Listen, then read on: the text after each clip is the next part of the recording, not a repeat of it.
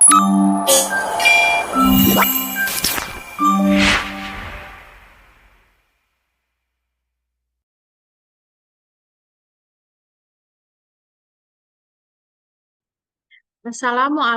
warahmatullahi wabarakatuh. Perkenalkan, nama saya Dewi Maslukhatul Uma. Saya dari Prodi Manajemen MJ 204 Universitas Siber Asia tahun 2024. Di sini saya akan menjelaskan mata kuliah Estetika Humanisme tentang self-concept. Apa itu self-concept? Self-concept adalah pembentukan identitas diri dan bagaimana kita berpikir mengenai kita sendiri di tengah-tengah suatu kelompok atau lingkungan sosial.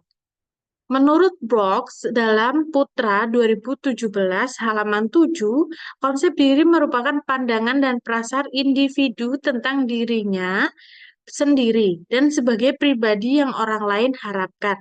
Konsep diri bukanlah hal yang ditimbulkan dari pribadi seseorang saja, melainkan ditimbulkan atas interaksinya dengan orang lain atau proses sosial. Lalu yang selanjutnya yaitu apa aspek konsep diri. Aspek konsep diri sendiri ada empat, yaitu aspek fisik, aspek sosial, aspek moral, dan aspek psikis. Apa yang dimaksud aspek fisik?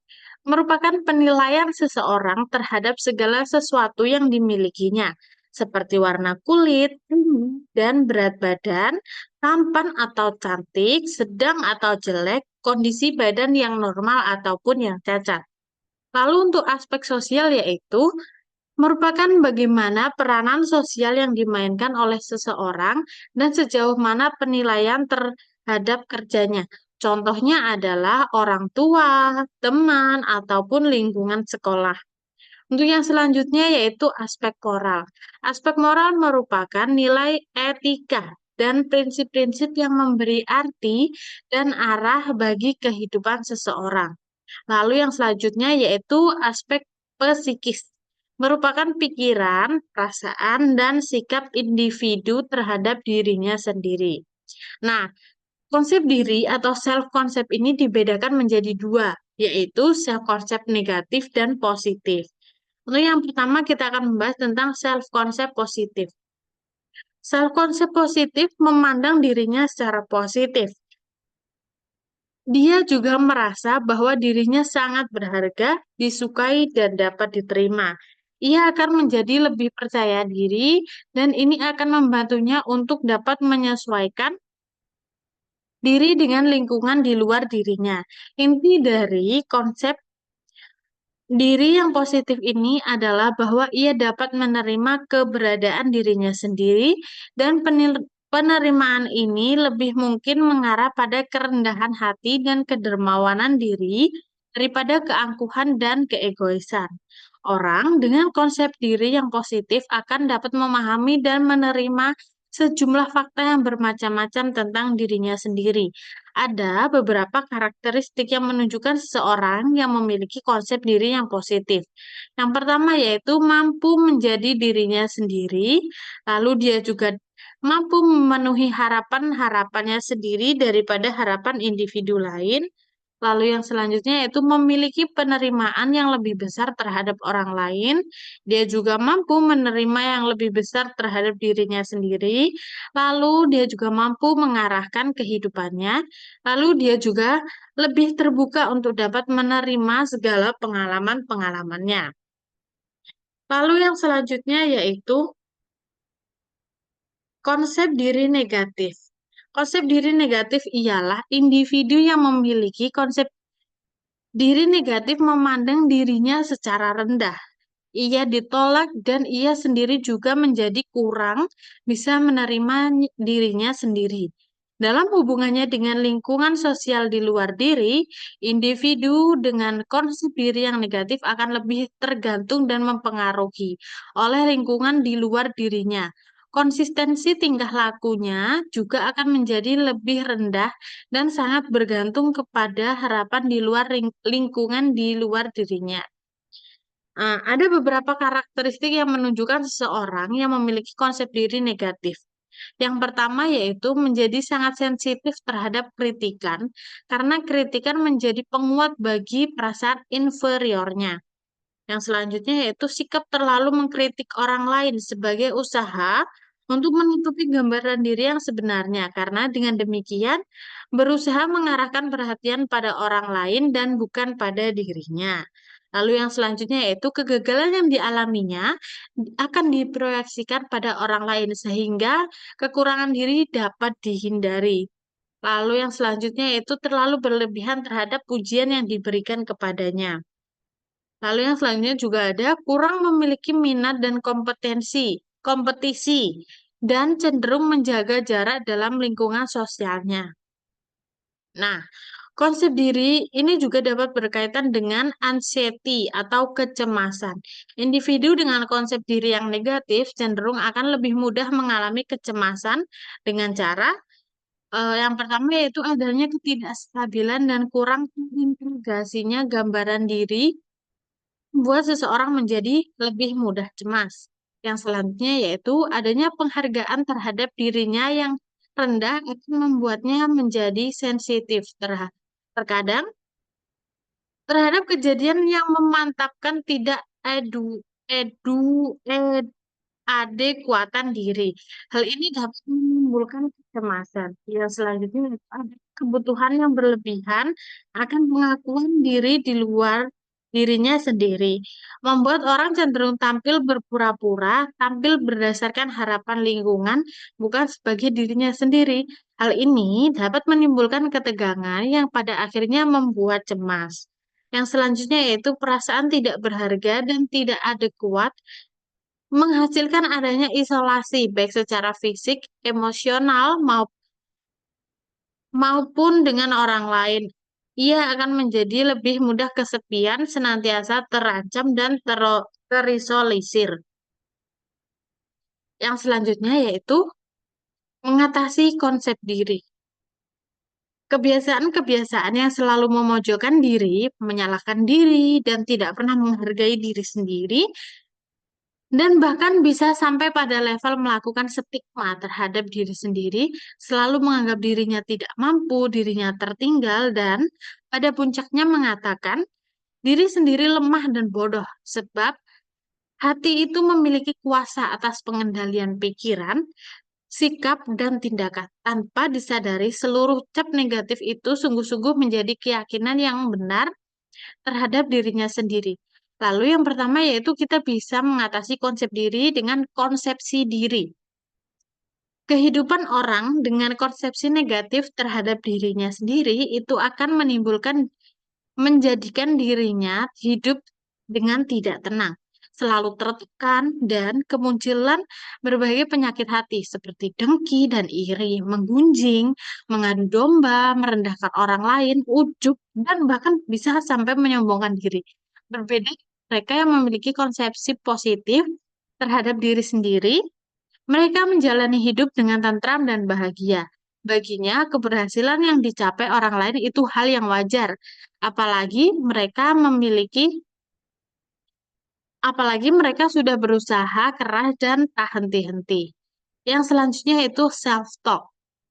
Dalam proses self-talk ini, seseorang harus menyadari dan memetakan anggapan-anggapan negatif yang ada dalam diri sendiri. Lalu, mulailah bersyukur dan berterima kasih kepada diri sendiri, terutama kepada bagian-bagian tubuh yang selama ini dianggap negatif. Langkah selanjutnya yaitu buanglah seluruh kata-kata negatif dari hati dan pikiran yang selama ini telah dilabelkan kepada diri sendiri. Setiap kali muncul label negatif itu, segeralah hapus, bersih-bersih, buang yang jauh-jauh, dan tolak dengan matang mengatakan, ini tidak benar. Diri ini tidak lemah, diri ini mampu. Yang selanjutnya yaitu afirmasi positif. Afirmasi. Buatlah daftar kata-kata negatif yang sering digunakan untuk menstigma diri sendiri dan susun kalimat positif untuk menggantikannya. Tempel daftar itu di tempat yang mudah terbaca. Gunakan kalimat-kalimat positif setiap saat kepada diri sendiri, terus lakukan berulang-ulang sehingga terhapus semua penilaian negatif yang seakan sudah tertanam di dalam hati dan otak kita. Dengan begitu, kita akan lahir kembali dengan membawa perubahan yang sangat besar, manakala tak lagi memandang diri sendiri negatif. Lalu untuk yang selanjutnya yaitu faktor yang mempengaruhi konsep diri. Ada pun teori yang mengungkapkan bahwa terbentuknya konsepsi diri. Konsep diri seseorang berasal dari interaksinya dengan orang lain. Selain dari pembentukan, setiap individu akan memiliki tanggapan yang jelas dan juga pantas, di mana cermin menilai ini bisa dijadikan introspeksi diri dan lainnya. Nah, apa saja yang menjadi faktor mempengaruhi konsep diri? Yang pertama yaitu orang sekitar kita. Faktanya, tidak semua individu memberikan pengaruh, apalagi pengaruh yang besar yang sama terhadap diri kita. Kita bisa bayangkan bagaimana kita bisa berubah jika setiap bertemu dengan orang lain atau orang baru kita akan terpengaruh. Semua harus ada batasannya. Yang selanjutnya yaitu keberhasilan. Keberhasilan seringkali mempengaruhi konsep diri dan adaptasi pribadi seseorang.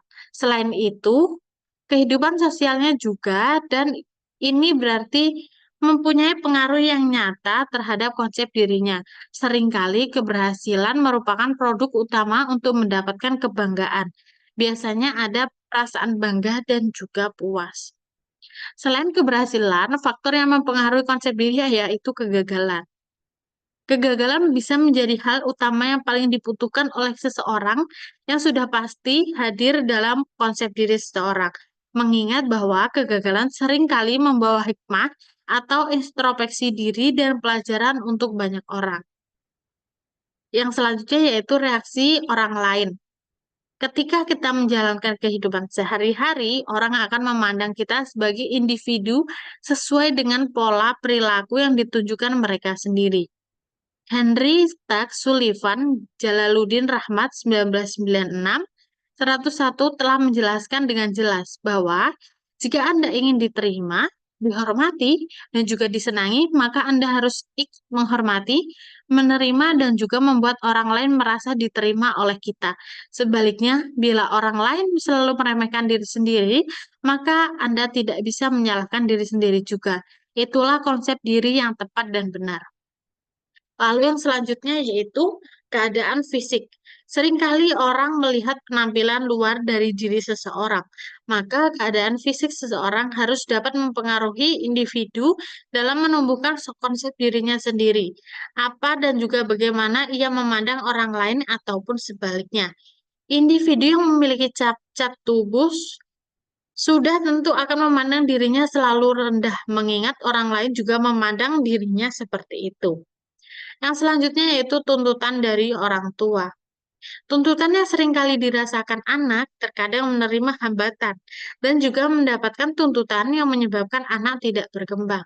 Selain itu, sikap orang tua yang berlebihan untuk melindungi anaknya juga akan menyebabkan anak tidak berkembang dan mengakibatkan anak menjadi kurang tingkat kepercayaan dirinya dan memiliki konsep diri yang sangat rendah.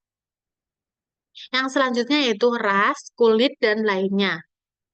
Dalam penelitian menyatakan bahwa kelompok ras, minoritas, dan kelompok sosial ekonomi rendah cenderung mempunyai konsep diri yang rendah. Tentu hal ini berefek dari tekanan dan juga berbagai permasalahan ke arah mereka dibandingkan kelompok ras mayoritas dan kelompok sosial ekonomi tinggi. Selain itu, untuk jenis kelamin terdapat perbedaan konsep diri antara perempuan dan laki-laki, sehingga menyebabkan konsep diri berbeda dengan yang hidup dalam lingkungan yang baik. Yang selanjutnya yaitu mikrosistem. Mikrosistem adalah dari sebuah realita psikologis di kehidupan realita atau sebenarnya yang seringkali dilakukan oleh masyarakat setiap harinya. Mikrosistem terdiri dari lingkungan fisik, tempat, individu berada, di mana tentu kita ketahui bahwa banyak konsep diri yang terbentuk dari lingkungan sosial di sekitar individu. Begitupun juga dengan interaksi antara kedua lingkungan di mana individu ikut berpartisipasi. Yang selanjutnya yaitu mesosistem, di mana hubungan antara mikrosistem di mana individu yang sedang berkembang dan mengalami kenyataan pahit, hidup, kekuatan dan lengkap jaringan di antara setting realita, maka mesosistem akan semakin kuat dalam mempengaruhi perkembangan individu. Untuk itu, mesosistem cukup berperan dalam pembentukan diri atau konsep diri mereka. Yang selanjutnya yaitu kondisi keluarga. Apa yang Anda bayangkan jika suatu keluarga kondisinya tidak baik, maka akan berdampak dan menyebabkan lingkungan tidak baik. Anak yang baik dapat ditandai dengan adanya integritas dan tegang rasa yang tinggi, serta sikap positif dari anggota keluarga, karena mereka terbiasa dengan kebiasaan baik dan juga benar. Adanya kondisi semacam itu menyebabkan anak memandang orang tua sebagai figur yang berhasil dan menganggap orang tua dapat dipercaya sebagai tokoh yang dapat mendukung dirinya dalam memecahkan seluruh persoalan hidupnya. Sehingga konsep diri lebih matang dan lebih baik. Yang selanjutnya yaitu pendidikan. Setiap orang memiliki latar pendidikan yang berbeda-beda. Yang selanjutnya itu pengalaman hidup, lalu permasalahan atau tingkat permasalahan seseorang yang juga berbeda-beda. Eh, untuk sumber referensinya, saya mengambil dari Serupa ID, lalu juga universitaspsikologi.com, juga ada dosenpsikologi.com, lalu newsdetik.com. Baik, sekian presentasi dari saya. Apabila ada kekurangan, saya mohon maaf dan saya menerima seluruh kritik dan sarannya. Saya akhiri, wassalamualaikum warahmatullahi wabarakatuh. Bye-bye.